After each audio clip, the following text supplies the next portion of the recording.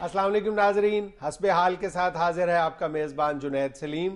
شو میں میرے ساتھ شامل ہیں ناجیہ اور ہردل عزیز عزیزی۔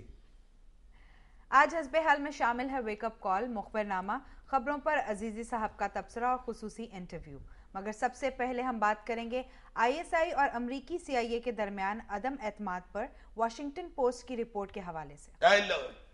یار پاج نیاد، خدا کے واسطے یہ جو پاکستان اور امریکہ کا چوہے بلی کا کھیل ہے نا، تو سازش سوزش نہ بتانا مجھے، کو بالکل سیدھے لفظوں میں بتاؤ یہ ہے کیا یار؟ یہ تمہاری بات درست ہے کہ پاکستان میں یہ سازش کے حوالے سے، کانسپریسی تھیریز کے حوالے سے دو واضح طبقات نظر آتے ہیں۔ ایک انٹلیکچوئلز کا وہ طبقہ ہے جو ہر بات میں امریکی سازش دیکھتا ہے اور یہ کہہ دیتا ہے، بات ابھی سنتے نہیں اور کہہ دیتے ہیں کہ یہ امریکی سازش کا نتیجہ ہے۔ اور دوسری طرف بھی ایک انتہا ہے، وہ یہ بات سننے کے لیے بھی تیار نہیں ہے کہ امریکہ پاکستان کے خلاف یا خطے کے اندر کوئی سازش کر رہا ہے، اور وہ فوری طور پہ یہ کہتے ہیں کہ جو ہے یہی ہے اور اس کے ذمہ دار ہم خود ہیں، امریکہ کچھ نہیں ہمارے ساتھ کر رہا۔ یہ دونوں انتہائیں ہیں، اس کی وجہ سے معاملے کو سمجھنے میں ہمیں مشکل درپیش آتی ہے۔ نہیں تو یہ واشنگٹن رپورٹ کیا ہے؟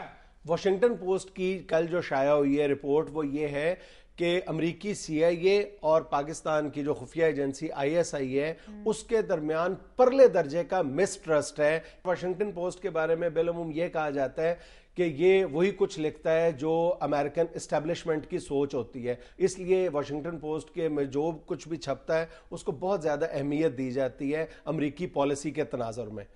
اب یہ جو الزامات ہیں وہ اس نوعیت کے ہیں کہ جن کو بالکل نظر انداز نہیں کیا جا سکتا۔ اس رپورٹ میں یہاں تک الزام عائد کیا گیا ہے کہ صرف 2009 میں آئی ایس آئی نے سی آئی اے کے اندر درجن بھر سے زیادہ ڈبل ایجنٹ داخل کیے ہیں، بلکہ اس رپورٹ میں یہاں تک بھی کہا گیا ہے کہ اس سارے کھیل میں آئی ایس آئی کے چیف بھی شامل ہیں۔ اب اس سے زیادہ سنگین الزام پاکستان پر عائد نہیں کیا جا سکتا، اور جو پاکستان کی خدمات ہیں، قربانیاں ہیں، اس کا اس سے زیادہ سنگین مذاق نہیں اڑایا جا سکتا۔ یہ واشنگٹن پوسٹ کی رپورٹ ہے جی؟ بندہ اس رپورٹ کی توڑ میں ایک واشنگٹن مارے۔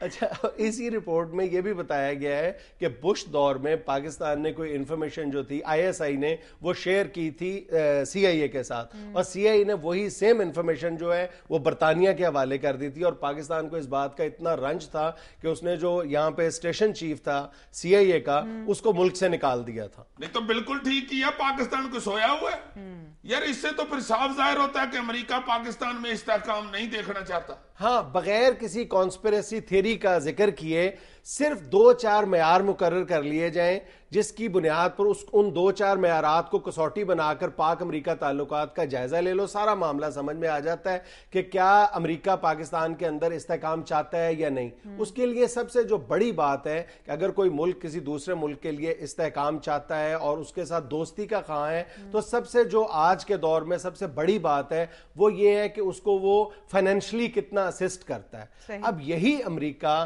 عراق کے اندر ماہانہ 8 سے 10 ارب ڈالر جھونک رہا ہے، اور پاکستان کو وہ صرف 1 ارب ڈالر دینے کے لیے، بلکہ لیس دین $1 بلین کے لیے بھی ناک سے لکیریں نکلوا رہا ہے، اس کی عزت نفس کو کچل رہا ہے، اور آئے روز اسی ایک ایڈ کے لیے آئے روز جب وہ نئی شرائط کا اعلان کرتا ہے تو وہ پاکستان کی آرم ٹویسٹنگ کرتا ہے۔ یہی امریکہ افغانستان میں صرف وار لارڈز کو رشوت کے طور پہ $2.16 بلین دے رہا ہے، یعنی صرف ٹرکوں کو یعنی سیف پیسج کے لیے اپنے سامان کی ترسیل، جو ان کے 200 سے زائد سٹیشنز ہیں افغانستان میں، ان تک اپنا سامان پہنچانے کے لیے رشوت دے رہا ہے یہ۔ بہت اچھے۔ اچھا، صرف مالی امداد کے حوالے سے دیکھ لو کہ پاکستان جو اس ساری دہشت گردی کے خلاف جو جنگ ہے، اس میں جو سب سے زیادہ پاکستان کو مالی، جانی، ہر طرح کا نقصان سب سے زیادہ پاکستان کو ہو رہا ہے۔ اس کے ملک کے اندر ایک آگ لگی ہوئی ہے، ہر طرف آئے روز بم دھماکے، اکانومی کا بالکل بیڑا غرق ہو چکا ہوا ہے۔ اس ملک کو 2008 میں امریکہ نے $0.8 بلین دیے تھے، جبکہ اس کے مقابلے میں ایجپٹ، جس کا کوئی دور دور تک وار اگینسٹ ٹیررزم میں کوئی کردار نہیں ہے اور وہ کسی فائنینشل کرنچ سے بھی نہیں گزر رہا، اس کو تقریباً $1.8 بلین دیے ہیں بغیر کسی بات کے، اور اسرائیل جیسے اتحادی کو وہ ہر سال $3 بلین ڈائریکٹ US ایڈ دے رہا ہے۔